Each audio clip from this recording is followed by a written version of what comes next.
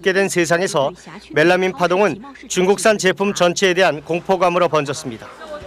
지난 5월 중국의 수찬성을 강타한 대지진은 무려 7만여 명의 목숨을 앗아갔습니다.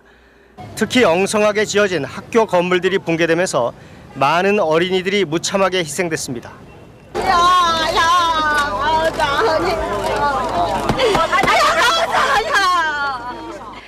올해는 국제 유가가 초유의 급등락을 보이며 경제 불안을 자극한 한 해였습니다. 7월엔 1배럴당 150달러를 넘는 초고유가를 기록하더니 세계 경제 위기에 함께 급락해 30달러 초반까지 떨어졌습니다. 인도의 경제 수도 뭄바이에서 지난달 발생한 동시다발 테러는 인도판 9.11로 불릴 만큼 충격적인 사건이었습니다. उस टाइम पे किसी को कोई होश नहीं थी कि कोई देख सके या पकड़ सके या कुछ भी कर सके खाली खून ही खून था उसके बाद हम लोग ने उठाया टैक्सी में डाला लेकिन कितने उस टाइम पे आधे 5 मिनट के बाद ही मर चुके थे वो लोग फिर कुछ नहीं कर सकते थे 테러범들의 출신지인 파키스탄과 인도의 적대감은 더욱 깊어졌습니다. 대담해진 소말리아 해적들은 급기야 초대형 유조선에 탱크를 실은 화물선까지 납치하게 이르렀습니다. 세계 각국이 군함을 파견하며 해적 소탕에 나서고 있지만 올 한 해 40척이 넘는 선박이 납치됐습니다. 지루한 이라크 전쟁의 주역 부시 대통령이 임기 중 마지막 이라크 방문에서 신발 투척 세례를 받았습니다. It was amusing. I mean, I've seen a lot of weird things during my presidency, and this may rank up there as one of the weirdest. 오바마 당선자가 전쟁 종식을 약속했지만 이라크는 여전히 테러와 내부 분열로 신음하고 있습니다. MBC 뉴스 황혜진입니다.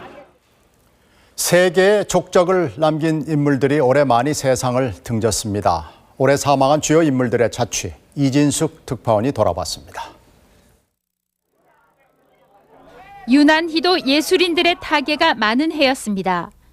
폐암으로 사망한 폴 뉴먼은 스팅 등 수십 편의 영화에서 주연을 할 만큼 잘 나가는 배우였지만 그의 이력서는 언제나 자선사업가로 시작됐습니다. 그가 설립한 식품회사 뉴먼즈 오는 수익금 전부를 자선사업에 기부했고 이 회사를 통한 기부 금액만 우리 돈 3천억 원이 넘습니다. 10개와 벤허의 찰턴 헤스턴도 85세 생애를 마감했습니다. My physicians have recently told me I may have a neurological disorder whose symptoms are consistent with Alzheimer's disease. So I wanted to prepare a few words for you now because when the time comes I may not be able to. 1960년대 알제리 독립전쟁 후 침체에 빠진 프랑스 경제를 패션으로 일으켰다는 평을 받는 입생 로랭도 올해 타계했습니다.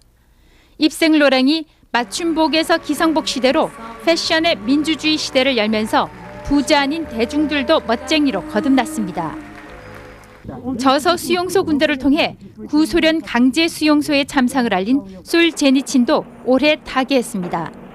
투옥과 추방에 국적까지 빼앗기면서도 굵직굵직한 작품을 써낸 솔제니친은 어떤 압제도 펜을 꺾지 못한다는 진리를 증명했습니다.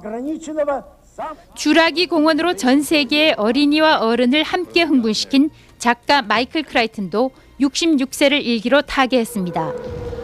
It's a very fanciful idea, and I was talking to friends at MIT and saying, you know, I have this idea about engineering dinosaurs.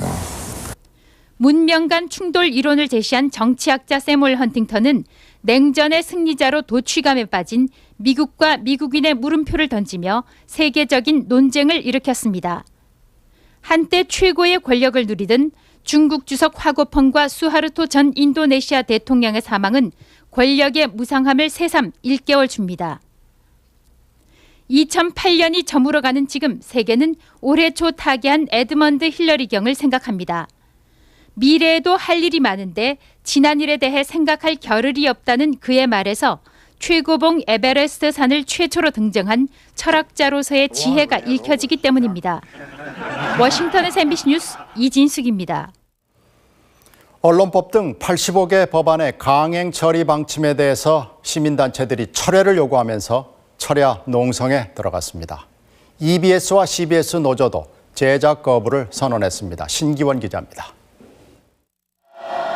100여 개 시민단체로 이루어진 비상국민행동은 한나라당이 기득권층을 옹호하는 악법을 강행 처리하려 하고 있다면서 48시간 철야 농성에 들어갔습니다.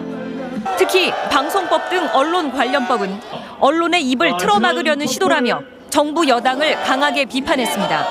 방송이나 국민들의 알 권리를 특정 계층의 이익에 따라서 좌지우지할 수 있다는 것을 보면서 정말 민주주의의 후퇴를 40여 개 농어민 단체 회원들도 법안 직권 상정 철회를 요구하며 농성에 합류했고 민주사유를 위한 변호사 모임도 반민주 MB 악법을 저지해야 한다며 항의 농성에 돌입했습니다. 한나라당이 강행 처리하려는 언론 관련법은 민주주의를 후퇴시키는 악법이라는 게 이들의 주장입니다. 악법이 현실적인 힘을 갖게 될 때 발생할 위험과 불행을 누구보다 잘 알고 있는 우리들은 이제 행동에 나설 수밖에 없게 되었다.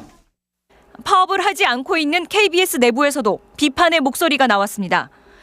KBS 기자협회는 오늘 성명을 내고 독소 조항이 포함된 언론 관련법을 한나라당이 사회적인 합의 없이 강행 처리한다면 국민의 저항에 직면하게 될 것이라고 경고했습니다. 나흘째